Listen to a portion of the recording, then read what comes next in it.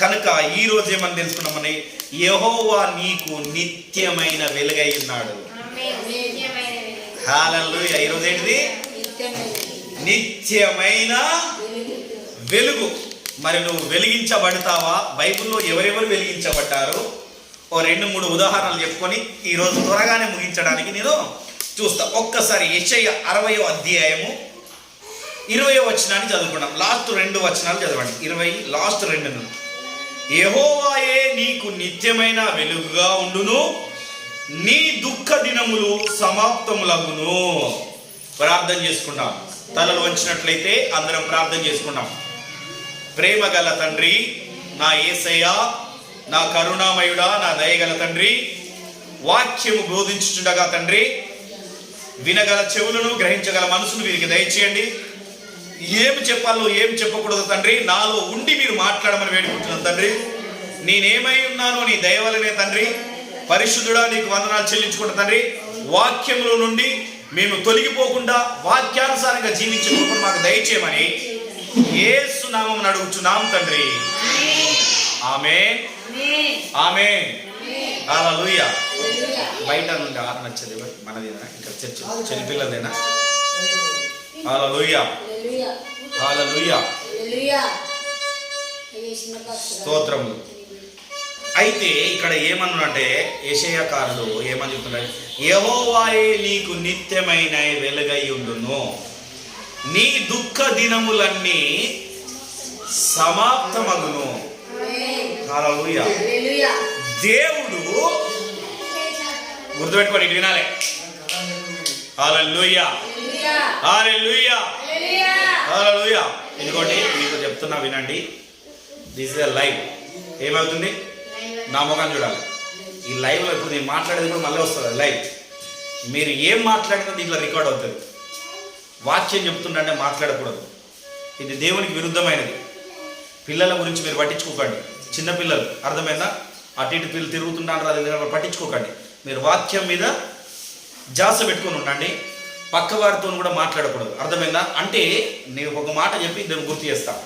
నీవు మాట్లాడుతున్నావు అంటే దేవుని కంటే నీ మాటలకు ఎక్కువ ప్రిఫరెన్స్ ఇస్తున్నావు. దేవుని మాటల కంటే గుర్తుపెట్టుకో. నువ్వు ఆదివారం దేవుని సన్నిధానంకు రాకుండా నువ్వు వేరే పని పోతున్నావు అంటే ఆ పని ముఖ్యమైనది, కానీ దేవుడు నీకు ముఖ్యమైనడు కాదు. అర్థమవుతుందా? నువ్వు ఇతరులతో వచ్చి చర్చికి వచ్చి నువ్వు ఇతరులతో మాట్లాడుతున్నావు అంటే వారితో ఉన్న పనే నీకు ముఖ్యమైనది, కానీ దేవుని వాక్యం నీకు ముఖ్యమైనది కాదు. అందుకే నేను ఆశీర్వదించబడలేకపోతున్నావు. ప్రిఫరెన్స్ ఎవరికి ఇస్తున్నావు అంటే నువ్వు సంఘానికి వస్తున్నావు, దేవుని యొద్దకు వస్తున్నావు, కానీ దేవునికి నువ్వు ప్రిఫరెన్స్ ఇస్తలేవు. కానీ బైబిల్ ఏం చెప్తున్నదంటే యెహోవాయే నీకు నిత్యమైన వెలుగు, నీ దుఃఖ దినములు సమాప్తములగును. ఎట్లా సమాప్తం అయితే? ఏ విధంగా సమాప్తం అయితే? మరి నువ్వు దేవునికి ప్రిఫరెన్స్ ఇచ్చి దేవుడు నీకు వెలుగై ఉంటేనే నీ దుఃఖ దినములు సమాప్తం అయితే. దేవుడు నీలో లేకపోతే నీకు సమాప్తం జరగదు, నీ దుఃఖ దినములు సమాప్తం జరగవు. అవునా కదా? కనుక ఒక్కసారి నువ్వు నువ్వు పరీక్షించుకోవాలి. ఏమని పరీక్షించుకోవాలి? నా దుఃఖ దినములు సమాప్తం అవుతున్నాయా లేదా? ఏమవుతున్నాయా లేదా? ఇప్పుడు మాట్లాడాలి. నేను మాట్లాడమన్నప్పుడు మాట్లాడాలి. దుఃఖ దినములు సమాప్తము అవుతున్నాయా లేదా? మరి నీ దుఃఖ దినములు సమాప్తం కాకుండా ఉండడానికి కారణం ఏంటంటే నేనే. ఇలా అనుకోవాలి అందరూ, నేనే అనుకోండి. మనమే, జోక్ కాదు. దేవుని వాక్యం ఏం చెప్తుందంటే దేవుడు నీకు వెలుగై ఉన్నాడు, నీ దుఃఖ దినములు సమాప్తమైనవి. మరి ఇంకా సమాప్తం కాకుండా ఉన్నాయంటే ఇప్పుడు నేను ముందు చెప్పిన ఉపమానమే. నువ్వు దేవునికి ముందుగా ప్రిఫరెన్స్ ఇవ్వట్లేదు. ఎగ్జామ్ అంటే దట్స్ ఆల్. ఒక మాట చూసుకున్నాం. అది 1వ దినవృత్తాంతములు 29:15 లాస్ట్ 2 వచనాలు చదవండి. 1వ దినవృత్తాంతములు 29వ అధ్యాయము 15వ వచనంలో చదవండి. లాస్ట్ 2 వచనాలు. లాస్ట్ చదవండి, కామగా చదవండి. మా భూ నివాస కాలము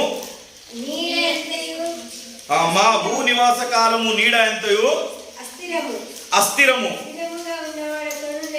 స్థిరముగా ఉన్నవాడు ఒక్కడు లేడు. భూ నివాసములు ఏంటిది? ఈ భూమి మీద ఉన్న నివాసం, ఈ నివాస కాలము ఇది స్థిరమైనది కాదు. ఎవరికి? ఏంటిది? ఎవరికి స్థిరమైనది కాదు, అస్థిరమైనది. 80 సంవత్సరాలు, 100 సంవత్సరాలు, 120 సంవత్సరాలు, ఇంకా ఏమైనా అధిక బలం ఉంటే ఇంకా చెప్పలేము, దేవుడు ఇచ్చినది. కానీ అప్పటి వరకే నీ స్థిరము. ఇది ఏంటంటే నీడ వంటిది నీ జీవితం. ఎలాంటిది? నీడ వంటిది నీ జీవితము.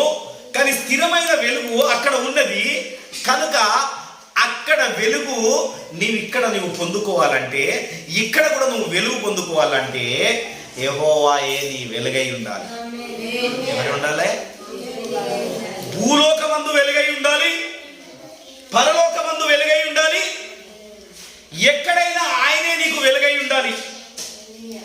అర్థమైందా? ఎందుకంటే ఈ దినములు ఎలాంటి అంటే చెడ్డ దినములు అంట. ఏం దినములు? ప్రసంగి 6:12 ఒకసారి చూసుకుందాం త్వరగా.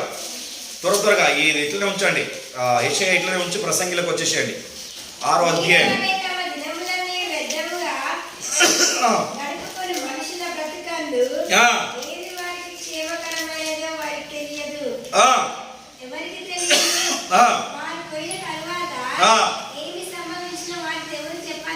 హల్లెలూయా. నీడవలే తమ దినములన్నీ వ్యర్థంగా గడుపుకొని మనుషులు బ్రతుకున్నట్లు ఏది వారికి క్షేమైనదో. ఈ నీడ అన్నది ఇప్పుడు చూడండి, నీడ ఎటు సైడ్ వచ్చింది? ఇటు ముందుకు వచ్చింది. అంటే తూర్పుకు వచ్చింది అనుకో ఒకసారి, దక్షిణకు నీడ వస్తుంది, తూర్పుకు సూర్యుడు వస్తాయి. అవునా కదా? ఎక్కడికి వస్తుంది? దక్షిణమేనా? కరెక్టేనా? అంతేనా? సారీ, తూర్పుకు వస్తే పడమర, తూర్పుకు వస్తే పడమర సైడ్ నీడ వస్తుంది. అంతేనా కదా? తూర్పు ఇటు సైడ్ ఉన్నది, ఇటు సైడ్ ఇప్పుడు సన్ వస్తుంది కాబట్టి వాళ్ళ నీడ ఇటు ముందుకు వస్తుంది. అవునా కదా? అయితే ఆ నీడ కొద్ది ఎంతసేపు ఉంటుంది? అది ఎంతసేపు ఉంటుంది? కొద్దిసేపు, కొద్ది కాలం. మనిషి జీవితాలు కూడా ఈ భూమి మీద కొద్ది కాలం. ఎన్ని కాలము? కొద్ది కాలం. అయితే ఈ కొద్ది కాలంలో నీవు ఏమి చేయాలి, నువ్వు ఏ స్థితిలో ఉండాలన్నది ఈ లేఖనం చెప్తుంది. అర్థమైందా? నీ భూ నివాసములు కొద్ది కాలమే. అర్థమైందా? అయితే నీకు ఏం జరుగుతుందో ఏం జరగదో నీకు తెలియదు, తెలుసా? రేపేమి సంభవించునో నీకు తెలుసా? ఇప్పుడు ఇక్కడ నుండి నేను బయటికి వెళ్తుంటానే నాకేం సంభవించునో తెలుసా? నేను క్షేమంగా ఇంటికి పోయే వరకు తెలుసా? మనిషికి ఏమి సంభవించునో ఈ ఫ్యామిలీ తెలియదు. అర్థమవుతుందా? అయితే ఈ కొద్ది కాలంలో ఏమని చెప్తున్నారంటే యెహోవాయే నీకు నిత్యమైన వెలుగు. అర్థమైందా? అర్థం కాల? యెహోవాయే నీకు నిత్యమైన వెలుగు. ఈ నీడ వంటి జీవితాలు వెలిగించబడాలి అంటే యెహోవాయే నీకు నిత్యమైన వెలుగు. ఈ నీడ వంటి జీవితంలో నీ దుఃఖము సమాప్తం కావాలంటే యెహోవాయే నీకు వెలుగు. అర్థమైందా? యాకోబు గారు అంటారు, 4:14 యాకోబు పత్రిక 4:14 అంటారు, కొంతసేపు కనబడి అంతలో మాయమయ్యే ఆవిరి వంటిదయ్యా ఈ జీవితము. ఈ జీవితముకి వెలుగు కావాలి అంటే దేవుడై ఉన్నాడు, ఆయనే వెలుగై ఉన్నాడు. ఎన్నో బాధలున్నాయి, ఇరుకులున్నాయి, ఇబ్బందులున్నాయి. కానీ నీ జీవితంలో వెలుగు కావాలి. ఏం కావాలా? నీ దుఃఖము సమాప్తం కావాలా? నీ నీడ వంటి జీవితం సంపూర్ణమై ఉండాలా? ఎప్పుడు నువ్వు ఉన్నంతకాలం, భూమి మీద ఉన్నంతకాలం వెలుగులో ఉండాలా? నువ్వు భూమి మీద ఉన్న ఈ కొద్ది కాలం ఆయనతో నువ్వు స్థిరముగా జీవించాలా? ఆయనతో నువ్వు స్థిరమైన బంధంలో ఉండాలా? అలా ఉండాలి అంటే నీ జీవితంలోకి ముందు వెలుగు రావాలా? లేదా? సందేహంగా ఉన్నారా మీరు? సందేహమేనా? హల్లెలూయా. ఈ భూమి అందు ఈ నీడకాలం, ఈ కొద్దిసేపు ఈ జీవితంలో, ఈ 100, 120 ఏళ్ళ ఈ జీవితంలో మనకు ఏం కావాలా? వెలుగు కావాలా? హల్లెలూయా. ఎంత కాలం నువ్వు బ్రతకగలవో, ఎంత కాలం నువ్వు బ్రతకాలన్నా నీ నాలుక నీ వశమై ఉన్నది. ఏం చెప్పాము? జీవ మరణములు పోయిన వాక్యము ఏం చెప్పాము? నాలుక వశమై ఉన్నాం. హల్లెలూయా. నేనుగా నా ప్రభువారిగా నా జీవితం అయిపోయింది, ఇంతేనా నా సేవ చేసిందని నేను దేవుని అడిగి నేను బ్రతిమలాడుతున్నప్పుడు నాకు ఒక ప్రవక్త నాకు ప్రవచించాడు, నువ్వు ఎందుకు కృంగిపోతున్నావు? ఇంకా 40 సంవత్సరాలు నువ్వు సేవ చేయవలసి ఉన్నది. హల్లెలూయా. ఎన్ని సంవత్సరాలు? ఇంకా 40 సంవత్సరాలు. తెలిసిపోయింది నాకు. ఒకవేళ మధ్యలో ఏమన్నా జరిగిపోయినా కానీ అప్పటి వరకు అంత సేవని పూర్తి చేస్తూనేమో. అవునా కదా? అంత దూరం ఏమన్నా జరిగినా కానీ, దేవుడు ఆ మధ్యలో ఏమన్నా పిలుచుకున్నా కానీ అంతగానో మనం పూర్తి చేస్తామేమో. అది పూర్తి చేయాలంటే ఏం చేయాలి? నా జీవితంలో కూడా వెలుగు ఉండాలి. హల్లెలూయా. నీ జీవితంలో కూడా వెలుగు ఉండాలి. ఈ వెలుగు ఎక్కడి నుండి వస్తుంది అంటే, ఈ వెలుగును ఎరిగినది ఎవరంటే ఒక దయ్యం పట్టిన స్త్రీ. ఎవరు? లూకా సువార్త తీసుకున్నాం. ఒకసారి ఉదాహరణ ఎగ్జాంపుల్ చెప్పి మీకు ముందుకెళ్ళడానికి నేను తీస్తాను. లూకా సువార్త 13వ అధ్యాయం. అందరు త్వరగా తీయండి. 10వ వచనం నుండి చదవండి. విశ్రాంతి దినమున లూకా సువార్త 13వ అధ్యాయము చూసారా? 10 నుండి. విశ్రాంతి దినమున ఆయన యొక్క సమాజ మందిరములో బోధించుచున్నప్పుడు 18 ఏళ్ల నుండి పట్టిన యొక్క స్త్రీ అతని నుండి ఆమె నడుము వంగిపోయి ఎంత మాత్రమును చక్కగా నిలబడలేకపోయింది. అబ్బా చాలా, ఒక్క నిమిషం ఆ పక్క. ఏదంట? 18 సంవత్సరాలు. ఎన్ని సంవత్సరాలు? 18 సంవత్సరాల నుండి ఎక్కడ ఉన్నది? మళ్ళీ సమాజ మందిరములో. ఎక్కడ ఉంది? ఉందా? సమాజ మందిరం అంటే సంఘము, దేవుని సన్నిధి. ఇంతకుముందు చెప్పినట్టుగానే దేవుని సంఘముగా ఉన్నది. కానీ ఆమెకు విడుదల లేదు, ఆమె జీవితంలో వెలుగు లేదు. అర్థమైందా? అంటే ఆమె దయ్యంతోని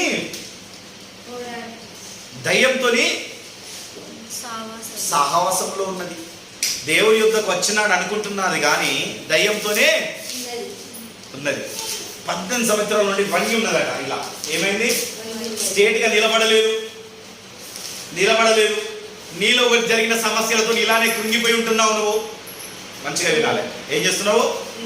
నీలో సమస్య, నీలో బాధ, ఆ బాధతో నువ్వు కూడా కృంగిపోయి ఉంటున్నావు. ఇలా ఇక పట్టేసింది. ఇక నీ బాధ, ఇక నా సమస్య ఇంతే, ఇక పోదో, ఇక ఎన్ని సంవత్సరాలైనా పోదో, ఎన్ని రోజులైనా పోదో అని నువ్వు బాధపడుతున్నావు. కానీ అక్కడికి యేసుక్రీస్తు వచ్చాడు. హల్లెలూయా. ఎన్ని సంవత్సరాల తర్వాత వచ్చాడు? 18 సంవత్సరాల తర్వాత నడిపిస్తున్నారు అక్కడ. ఇక్కడ కూడా ఎంతో మంది నడిపిస్తున్నారు, ఎంతో మంది వచ్చారు. కానీ 18 సంవత్సరాల నుండి ఆ స్త్రీని చూశారు. ఆ స్త్రీని చూసినా కానీ ఆ 18 సంవత్సరాల నుండి ఆమెలో ఉన్నదాన్ని ఏమిటి, ఆ లోపాన్ని అని ఎవరైనా కనిపెట్టలేకపోయారు. కానీ స్వయంగా దేవాది దేవుడు వచ్చి ఆ లోపాన్ని కనిపెట్టాడు. అర్థమైందా? అయితే 18 సంవత్సరాల నుండి ఆమె సమాజ మందిరంలో ఉంది, దేవుని యొద్దే ఉంటుంది, విశ్రాంతి దినంలో క్రమం తప్పకుండా వస్తుంది, విశ్రాంతి దినంలో ఉంటుంది. కానీ ఆ విశ్రాంతి దినంలో కానీ ఆమెకు స్వస్థత మాత్రం జరగట్లేదు. ఎక్కడేసిన గొంగలు అక్కనే. హల్లెలూయా, హల్లెలూయా, హల్లెలూయా. అర్థమవుతుందా? అందరం అయితే పాడతాం. నేనేమైనా ప్రభువా నిన్నే స్తుతిస్తాను, నేనేమైనా ప్రభువా నీ కల్పిస్తాను, నేనేమై ఉన్నాను నీ దయ వలనేనయ్యా, నాకున్నవన్నీ నీవిచ్చినవేనయ్యా. అందరూ పాడతాం. అవునా కదా? కానీ పాట పాడుతున్నాం కానీ ఆయనతో కనెక్టింగ్ లేదు. ఈ స్త్రీ కూడా కనెక్టింగ్ లేదు. అర్థమవుతుందా? 18 సంవత్సరాల నుండి క్రమం తప్పకుండా వస్తుంది. కానీ ఆ రోజు ఆదివారం ప్రాముఖ్యమైన సమయం. ఎందుకంటే గుర్తుపెట్టుకోండి, ఆ రోజే ఈ స్త్రీకి విడుదలైంది. సమాజ మందిరంలోనే విడుదలైంది ఆ స్త్రీకి. నీలో కూడా ఈ రోజు ఏ సమయంతో వస్తున్నావో, ఏ బాధతో వచ్చావో, ఈ రోజు నీకు విడుదల. నువ్వు ఎన్ని బాధలు ఉన్నా కానీ నువ్వు ఆయన స్తుతిస్తున్నావా, ఈ రోజు విడుదల. హల్లెలూయా. ఇన్నాళ్ళు నువ్వు నిజమైన వాళ్ళని చూడలేవేమో, ఇన్నాళ్ళు దేవుణ్ణి ధరించుకున్న దేవుని స్వరూపాన్ని చూడలేదేమో, ఈ రోజు నువ్వు ఆయన స్వరూపాన్ని చూస్తున్నావు. ఆయన స్వరూపాన్ని నువ్వు చూడగానే ఆయన స్వరూపము చూసి ఆమె అడుగుతున్నాడు, చదవక చదువు. ఇప్పుడు ఆమె యేసు ఆమెను చూచి రమ్మని పిలిచి, అమ్మా నువ్వు బలహీనతల నుండి విడుదల పొంది ఉన్నావని ఆమెతో చెప్పాను. హల్లెలూయా. చూశాడు, నీ బాధ ఏంటి, నీ ఇరికేంది, నీ ఇబ్బంది ఏంటి, నువ్వు ఎన్ని రోజులుగా ఇంకా ఇబ్బందులు పడతావు, నువ్వు ఇట్రా, నీ బాధ ఏంటి, నీ బలహీనత ఏంటి. ఈ రోజు అయిపోయింది, నీ బలహీనత అయిపోయింది. హల్లెలూయా. ఆమె మీద చేతులుంచగా, చదవండి, ఆమె మీద చేతులుంచగానే ఆమె చక్కగా నిలబడి హల్లెలూయా పిలిచాడు. నీ సమస్య ఏంటి అని నిన్ను చూసి, 18 సంవత్సరాల నుండి బాధపడుతున్నావు, 18 సంవత్సరాల నుండి ఇరుకులో ఉన్నావు, నిన్ను చూసి పిలిచాడు, ప్రార్థన చేశాడు, చేతులుంచాడు. అంతే, చేతులుంచగానే ఏమైందంట, చక్కగా నిలబడిందిగా. హల్లెలూయా. ఆ నిలబడ్డ తర్వాత ఇంకో ప్రాబ్లం వస్తుంది. ఆ ప్రాబ్లం గురించి తర్వాత మాట్లాడుకుందాం. హల్లెలూయా. ఇక్కడ మనం ఇక్కడ వరకే తీసుకున్నాం దాన్ని. హల్లెలూయా. ఎలాంటి సమస్యలతో ఉన్నా, ఎన్ని రోజుల నుండి నువ్వు ఈ రోజు బాధలో ఉన్నా, ఎన్ని రోజుల నుండి నువ్వు ఇరుకుల్లో ఇబ్బందులో ఉన్నా, ఈ రోజు నీకు విడుదల. ఏంటిది? ఈ రోజు విడుదల అవుతుందా కదా? అవుతుందా కదా? ఒకసారి 16వ వచనం చూసుకున్నాం. దీంట్లో 16వ వచనం, ఇదిగో 18 ఏళ్ల నుండి సాతాను బంధించబడిన అబ్రహాం కుమార్తె ఈమె విశ్రాంతి దినమందు ఈ కట్ల నుండి విప్పినదైందట. ఎప్పుడట? గుర్తుపెట్టుకో, మొదట బంధకాలం నుండి విడుదలైంది, తర్వాత అబ్రహాం కుమార్తె అయింది. ఎవరు? లాజర్ చనిపోయి ఎక్కడ ఉన్నాడు? ఉన్నాడా లేదా? 16 ఇదే లూకాసు వార్త 16వ అధ్యాయం 22వ వచనం ఉంటుంది. 19:22 ఉంటుంది. ఎక్కడ కూర్చున్నాడట? అప్పుడు ఆ పాత నిబంధన నుండి వచ్చిన వాళ్ళందరికీ, ఈ కొత్త నిబంధన నుండి వచ్చే వాళ్ళందరికీ ఎవరు తండ్రి? అంతేనా? సందేహం ఏమంటున్నదా? అయితే ఇక్కడ ఏమంటున్నాడు మళ్ళీ యేసుక్రీస్తు వారు ఏమంటున్నాడు? అబ్రహాము కుమార్తె అన్నాడు. బంధకాల నుండి విడుదల ఇయ్యడమే కాకుండా పరలోక రాజ్యానికి వారసత్వాన్ని ఇచ్చాడు. హల్లెలూయా. ఏమి చేశాడు? పరలోక రాజ్యానికి వారసత్వరాలుగా చేశాడు. ఎప్పుడు చేశాడు? ఎప్పుడైంది? బంధకాల నుండి విడుదలైనప్పుడు. నీలో ఉన్న బంధకాల నుండి విడుదలైనప్పుడు నీవు కూడా పరలోక రాజ్యానికి వారసుడివి అవుతావు.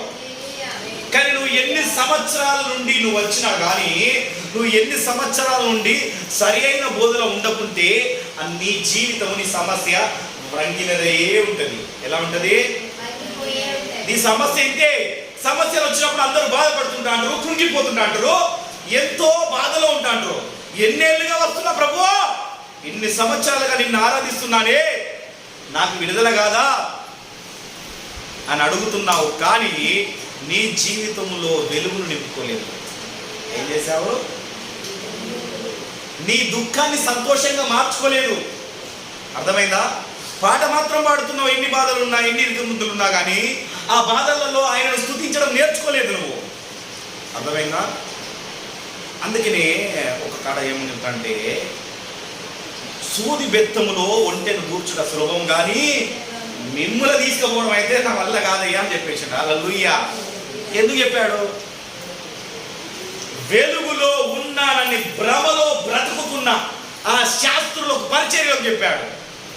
చాలా మంది వారిలాగానే ఉన్నారు క్రైస్తవులు కూడా. మేము వెలుగులో ఉన్నాము, మేము అన్నిట్లలో ఉన్నాము అంటున్నారు, కానీ మీరు వంగిపోయి ఉన్నారు దేవుల్లో. ఎట్లా ఉన్నారు? ఇలా వంగిపోయి ఉన్నారు. ఈ రోజు నుండి ఇలా లేచిన వారు ఇలా స్థిరంగా నిలబడేవారు ఏంటాలి. హల్లెలూయా, హల్లెలూయా. అయితే ఇక్కడ ఇంకొక మాట ఉంటుంది, నీళ్లు కదిలించడం అన్నాడు. ఎవరట? కొంతమందికి ఎలా ఉంటుందంటే, ఒక్కసారి యోహాను సువార్త 5వ అధ్యాయం యేసయ్య 5:1 చూసుకోండి. హల్లెలూయా. యోహాను 5:1 చూడండి.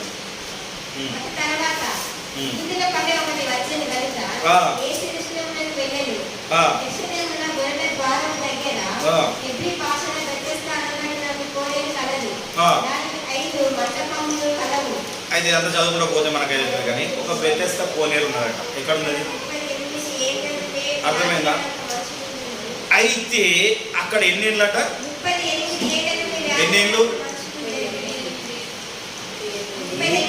38 సంవత్సరాల నుండి. ఎన్ని సంవత్సరాలు? అందరూ చెప్పాలి. అర్థమైనా? సంవత్సరాల నుండి ఒక మనుషుడు ఉన్నాడు, కానీ అక్కడ దేవదూతలు వచ్చి కదిలించబడినప్పుడు వాళ్ళని తీసుకెళ్ళి అక్కడ దింపడానికి లేరంట. కొంతమంది ఏమనుకుంటారు, ఓకేనా, ఎవరో రావాలి, ఎవరో ప్రార్థన చేయాలి, ఏదో అప్పుడు నాకు కార్యం జరగాలి. చాలా మంది మనోభావాలు ఉన్నాయంటే, నేను చాలా మంది క్రైస్తవులు చూశాను. నేను మంచిగా వినండి. నేను చూసినప్పుడు ఒక 10-15 మంది ఉన్నారనుకో, వాళ్ళందరితో ప్రార్థన చేసుకున్నాను. ఎవరేం చెప్తారా, ఏం చేస్తారా, ఏం వాళ్ళు ఏమైనా బయలుపరుస్తారా అని ఏం చెప్తారు. అంటే నేను తప్పని చెప్పట్లేదు, కానీ ఎగ్జాంపుల్గా తీసుకుంటున్నాను. ఇక్కడ ఏం చెప్తాను, నేను తప్పని చెప్పట్లేదు, ఎగ్జాంపుల్గా తీసుకుంటున్నాను. ఇక్కడ వీడు కూడా ఏంటంటే, ఆ కదిలించినప్పుడు ఎవరికో తీసుకుపోయి దానికి నీళ్ళలో పడేయాలి.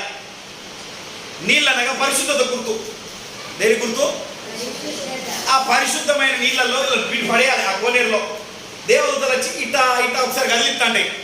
అంటే కదిలించడం అంటే గడికి ఒకసారి వాక్యం చెప్పగానే వాళ్ళకి అప్పుడే ఎక్సైట్మెంట్ వస్తుంది అనమాట. హల్లెలూయా. అప్పుడే మారుతుంది, తర్వాత అటు పోగానే మారదు. హల్లెలూయా. ఎక్సైట్మెంట్ ఏమంటుంది? ఎక్సైట్మెంట్ ఇప్పుడు మీ వాక్యం చెప్పగానే ఆ వాక్యం మీద మంచి బలంగా ఉండే బయటికి పోగానే మంచి ఎక్సైట్మెంట్. మస్తు చెప్పిండు మా అయ్యగారు, సూపర్ చెప్పిండు అంటారు. బయటికి పోయి చర్చి ఆవరణ దాటగానే కథం ఇక అంటే కదిలింపు అయిపోయింది కదా, ఇక్కడ అయిపోయింది. అర్థమైందా? నేను చెప్పేది అర్థమవుతుందా? ఆ కదిలించినప్పుడు వీళ్ళు అక్కడ ముంచాలి, దాంట్లో ముంచాడు స్వస్థత అనుకుంటాడు. అర్థమైందా? అంటే ఈ చెప్పినంత సేపు, ఆ కదిలించినంత సేపు అదే చూస్తున్నాడు వీడు. ఎప్పుడు ఏం చూస్తున్నాడు? ఆ కదిలింపు ఎప్పుడు జరుగుతుందో, నన్ను ఎవరైనా ముంచుతారో, నన్ను ఎవరైనా చేస్తారో, నన్ను ఇంకోళ్ళు ఎవరైనా లేపుతారో అన్న బాధనే చూస్తున్నాడు, కానీ దేవుని వైపు చూడట్లేదు. ఏం చేస్తాడు? దేవుని వైపు చూడట్లేదు. అయితే ఒకరోజు యేసుక్రీస్తు వారు ఏమొచ్చాడు?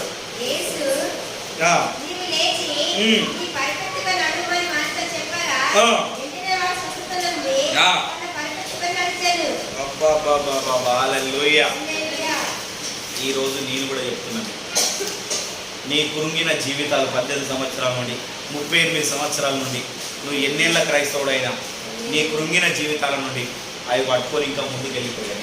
ఆ సమస్య నీ కాళ్ళ కిందేసి ముందుకు వెళ్ళిపోవాలి. ఎవరికి అర్థం కాలేదు? హల్లెలూయా. అర్థం కాలేదు కదా? హల్లెలూయా. దేవునికి మహిమ కలుగును గాక.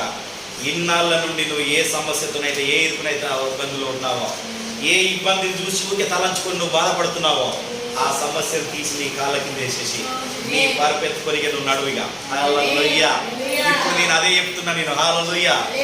ఇన్నాళ్ళు మీరు చూడలేదు, దేవుణ్ణి చూడాలనుకోవట్లేదు, దేవుణ్ణి చూడట్లేదు.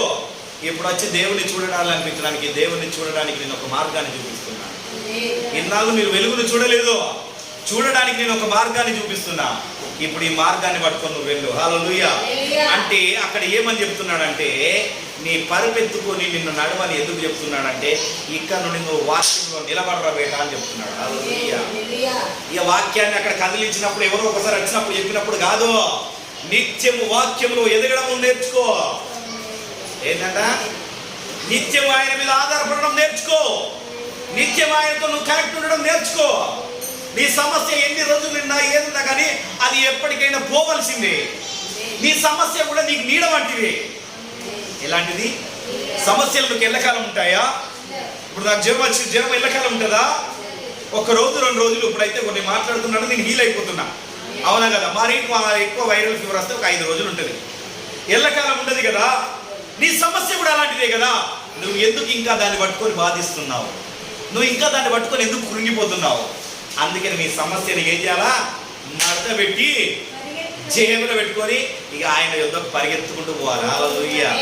ఆయన యుద్ధకు రాగానే నాకు స్వస్థత, ఆయన నాకు వెలుగై ఉన్నాడు, నా దుఃఖ దినములన్నీ సమాప్తమైన అని నువ్వు చెప్పగలగాలి. ఏం చెప్పగలగాల? ఏమైతే లేదయ్య గారు, మీరు చెప్పినంత సేమ్ మంచిగానే ఉన్నది. తర్వాత ఎప్పట్లాగిన కోనేరు పరిస్థితి, బయటికి పోగానే కదిలించుడు అయిపోయిందిగా. ఈ కదిలించుడు అయిపోయింది. అయిపోగానికి నాకు జరుగుతుందో జరగదు ఏంది ఆయన ఉద్దేశం కూడా అంతే. 38 సంవత్సరాలు అదే చూస్తున్నాడు. వస్తూనే దేవుడు కదిలిస్తున్నాయి, కదిలించినప్పుడు దేవుడు అక్కడ దాకా వెళ్తున్నాడు. అయిపోతుంది. ఏం చెప్తాడు? అక్కడ దాకా వెళ్తున్నాడు, కదిలింపు అయిపోతుంది. మళ్ళీ ఎక్కడికి వెళ్తాడు, మళ్ళీ అక్కడ పోతుండు, మళ్ళీ వస్తాడు. అంటే అటు ఇటు అవుతున్నది కానీ ఎటు కానీ జీవితం అవుతుంది. ఆ జీవితాన్ని దేవుడు గుర్తించాడు. ఏం చేశాడు? ఆ మనస్తత్వాన్ని గుర్తించాడు. ఇలా కాదురా బాబు, ఇప్పటిదాకా నువ్వు ఏ పరుపులో అయితే కూర్చున్నావో, ఏ సమస్యతో అయితే కూర్చున్నావో, దాన్నే పట్టుకొని వెళ్ళంటాడు. ఏమంటున్నాడు? దాన్నే పట్టుకొని, ఆ మూటను పట్టుకొని ఇలా పెట్టుకొని వెళ్ళిగా ఏం చేయగా. హల్లెలూయా.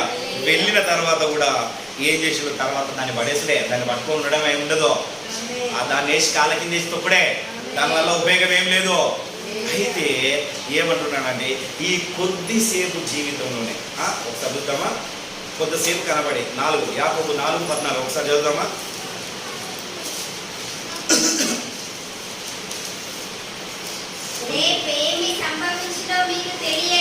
రేపు ఏమి సంభవించునో నీకు తెలియదు. నీ జీవం ఏపాటిది? కొంతసేపు కనబడి అంతలో మాయమైపోయే ఆవిరి వంటిదే కదా నీ జీవితము. హల్లెలూయా, హల్లెలూయా, హల్లెలూయా. అయితే గుర్తుపెట్టుకోండి, ఈ ఉన్నంతసేపు అయినా నీకు ఈ సమస్య ఉంది అన్న విషయాన్ని పట్టి నువ్వు బాధపడకూడదు. నేను మీకు ఈరోజు ఏం చెప్పబోతున్నానంటే, ఇటు చూడాలి, అందరు నా ముఖం చూడాలి, లిజన్ కేర్ఫుల్లీ, నా ముఖాన్ని చూసుకుంటుండాలి. ఏం చేయాలా? నువ్వు ఎంత కాలం నుండి ఈ బాధనైతే పట్టుకొని ఉన్నావో, నువ్వు ఏ బాధనైతే పట్టుకొని నువ్వు ఏడుస్తున్నావో, ఏ సమస్యనైతే పట్టుకొని నువ్వు కృంగిపోతున్నావో, నువ్వు ఏ విషయంలో నీ దుఃఖాచింతులుగా ఉన్నావో, దాన్ని బట్టి దాన్ని నువ్వు ఈరోజు పరిపెత్తుకొని పట్టుకొని నీవు ఈరోజు పరిగెత్తే స్థితిలో ఉండాలి. ఆ స్థితిలో ఉండాలి అంటే ఏం చేయాలంటే, ఒక స్త్రీ ఉన్నది, 12 సంవత్సరాలు అయిన స్త్రీ. మత్తయి సువార్త 9వ అధ్యాయం 20 వచనం ఒకసారి తీసుకున్నాను. 9:20 లాస్ట్గా ఇది ఒక విషయం చెప్పి నేను ముగించగలుగుతాను. మత్తయి సువార్త 9వ అధ్యాయం 20 వచనం. త్వరగా మత్తయి, మార్కు, లూకా 3 దిక్కులో ఉంటుంది ఈ మాట. ఒకసారి మత్తయిలో చూసుకున్నాం.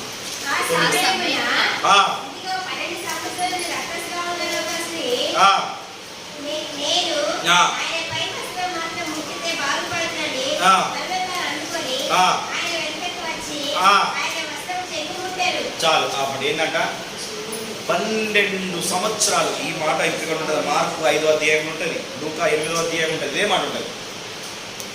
12 సంవత్సరాల నుండి బాధపడుతున్న స్త్రీ. ఏం బాధపడుతుంది? స్త్రీలే ఎక్కువ బాధపడతారు. అన్ని సమస్యలకు స్త్రీలే బాధపడతారు. చాలా మంది తెలుసు. పురుషులు అన్ని దులుపుకొని వెళ్ళిపోతారు, కానీ స్త్రీలు ఎక్కువ బాధపడతారు.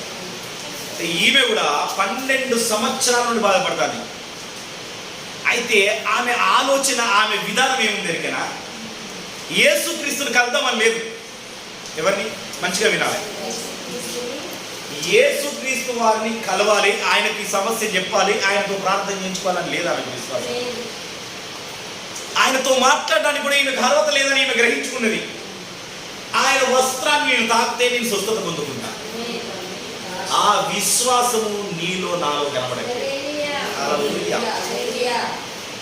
ఆయన వస్త్రం అనగా వాక్యం శరీరధారి అయి, ఏంటంట, వాక్యం శరీరధారి అయి కృపా సత్య సత్వమే మన మధ్యకు వచ్చింది. అయితే ఆ నివసించే ఆ వాక్యాన్ని ఏమనుకున్నదంటే, ఈమె తాకాలనుకున్నది. ఏమనుకున్నది? జస్ట్ తాకితే చాలు. తాకింది, ఆ వాక్యం ఆమెలో తాకింది, అప్పుడు స్వస్థత పొందుకున్నది. ఆ విషయాన్ని దేవుడు కూడా గ్రహించాడు. హల్లెలూయా. ఈరోజు ఈ వాక్యము కనుక నీలో తాకితే నీవు కూడా ఈ సమస్య నుండి విడుదలైంది. ఈ వాక్యము కనుక నీలో కూడా తాకితే నీకు ఎప్పటికీ ఇలాంటి సమస్య రాదు. ఎప్పుడు నువ్వు వెలుగై ఉంటావు, నువ్వు ఎప్పుడు స్థిరంగా ఉంటావు, నీ దుఃఖం సంతోషంగా మారుతుంది, నువ్వు దుఃఖంలో కూడా సంతోషిస్తుంటావు. హల్లెలూయా. నిన్ను చూసి ఇతరులు సిగ్గుపడే స్థితిలో ఉంటావు నువ్వు. హల్లెలూయా. అర్థమైందా? అప్పుడు అందరూ చూసి అనుకోవాలా, నిన్ను చూసి అప్పుడు అనుకోవాలా. ఎప్పుడు అనుకోవాలా? నీలో ఈ ఫేత్ ఉండాలా. ఏముండాలా?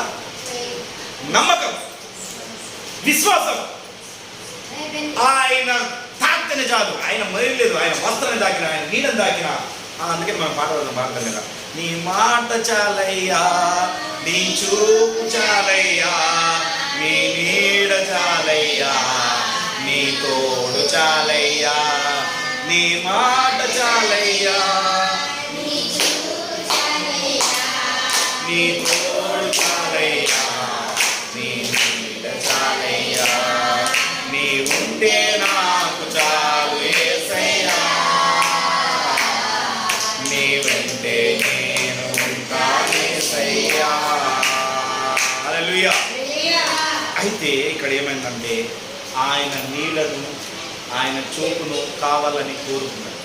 అంతే, అంత బలంగా వాక్యంలో ఉండాలని కోరుకున్నది. నీవు మాత్రం ఆయన వెలుగులో ఉండడానికి నువ్వు కోరుకోవట్లేదు, ఇష్టపడట్లేదు. నువ్వు ఆయనతో సహవాసం చేయడానికి నువ్వు ఇష్టపడట్లేదు. నువ్వేమనుకుంటున్నావు అంటే నీ నీడ వంటి జీవితం ఇంతే కదా, ఈ నీడ వచ్చింది కదా, కొద్దిసేపు వెలుతురు వస్తుంది, కొద్దిసేపు నీడ వస్తుంది అన్న భ్రమలోనే నువ్వు బ్రతుకుతున్నావు. కానీ నిత్య వెలుగు నీ కోసం ఉన్నదన్న విషయాన్ని నువ్వు మర్చిపోతున్నావు. ఏం మర్చిపోతున్నావు? ప్రసంగిలా చదువుతున్నాం కదా, 6-12 చదువుతున్నాం కదా, ఈ రేపు ఏం జరుగుతుందో ఏమవుతుందో తెలియదు, ఎక్కడికి వెళ్తావు అన్నది తెలియదు. కానీ నువ్వు ఎక్కడికి వెళ్తావు అన్నది ఇక్కడనే తెలుసుకోవాలి. నువ్వు ఏమై ఉన్నావో ఇక్కడనే తెలుసుకోవాలి. నువ్వు ఏ స్థితిలో ఉండాలనుకుంటున్నావో నువ్వు ఇక్కడనే ఉండాలి. ఆ స్థితిని నేను చెప్పాలనుకున్నది అదే. ఏమనుకుంటున్నా? నువ్వు ఏమై ఉన్నావో, నువ్వు ఏ స్థితిలో ఉన్నావో, నువ్వు వెలుగులో ఉన్నావా, నీ దుఃఖ దినములు సమాప్తమై ఉన్నాయా అన్న స్థితి అక్కడ పోయినాక అనుకోవడం కాదు, ఇక్కడనే నువ్వు సమాప్తం చేసుకొని ఉండాలి. ఇక్కడనే సమాప్తం చేసుకొని వెళ్ళాలి. నువ్వు ఉన్నన్ని రోజులు, నువ్వు 18 సంవత్సరాల నుండి బాధపడుతున్నావా, వంగిపోయి సమస్యలో ఉన్నావా, ఈ రోజు నీకు కావాలి. 38 సంవత్సరాల నుండి బాధపడుతున్నావా, ఈ రోజు నీకు విడుదల కావాలి. 12 సంవత్సరాల నుండి బాధపడుతున్నావా, ఈ రోజు నీకు విడుదల కావాలా. ఇంకా నువ్వు 10 ఏళ్ళ నుండి బాధపడుతున్నావా, ఈ రోజు నువ్వు విడుదల కావాలా. ఏం కావాలా? విడుదల. నాకు విడుదల. హల్లెలూయా. పరిశుద్ధాత్మ పంపించిన జీవం. అందరూ లేచున్నాడు. విడుదల, నాకు విడుదల. ఈ రోజు మన ప్రార్థన అలానే ఉండాలి. ప్రభువా, ఇన్ని సంవత్సరాల నుండి విన్నా, ఇప్పుడు నువ్వు ఏమని ప్రార్థన చేయాలంటే యెషయాకారుడు చెప్పినట్టుగా 60వ అధ్యాయం 20వ వచనంలో చెప్పినట్టుగా ఏం చేయాలి? యెహోవాయే నీకు నిత్యమైన వెలుగు, యెహోవాయే నాకు నిత్యమైన వెలుగు, నా దుఃఖ దినములన్నీ సమాప్తమైనాయని నువ్వు ఈ రోజు అయితే ఎప్పుడైతే నువ్వు అనుకుంటావో ఈ రోజు నిజంగానే సమాప్తమైతాయి. ఈ రోజు నీకు అది ఇంకా దుఃఖం ఉన్నదని నువ్వు అలానే తలంచినావో నీ దుఃఖం నిన్ను వెంబడిస్తుంటాట. నీ సమస్య ఈ రోజు నీ నుండి నీకు సమస్య విడుదల కావాలి, నీ నుండి నీకు దుఃఖం నీకు విడుదల కావాలి. నీ బాధలు, ఇబ్బందుల నుండి నువ్వు ఎన్ని సంవత్సరాలు ఉన్నావో ఆ సంవత్సరాల నుండి విడుదల కావాలంటే ఈ రోజే నువ్వు విడుదల పొందవలసి ఉన్నది. ఈ రోజే నువ్వు విడుదల పొందవలసి ఉన్నది. ఈ రోజే నువ్వు వెలుగులోకి రావాల్సి ఉన్నది. నువ్వు వెలుగులోకి రావాలి అనుకుంటే ఈ రోజే, నువ్వు వెలుగులోకి రావాలనుకుంటే ఈ రోజే కనుక నువ్వు ఒకసారి ఆయన అడుగుదాం. అందరం కళ్ళు మూసుకుని అడుగుదాం. హల్లెలూయా, హల్లెలూయా. యేసయ్యా నీకు వందనాలు. ఈ రోజు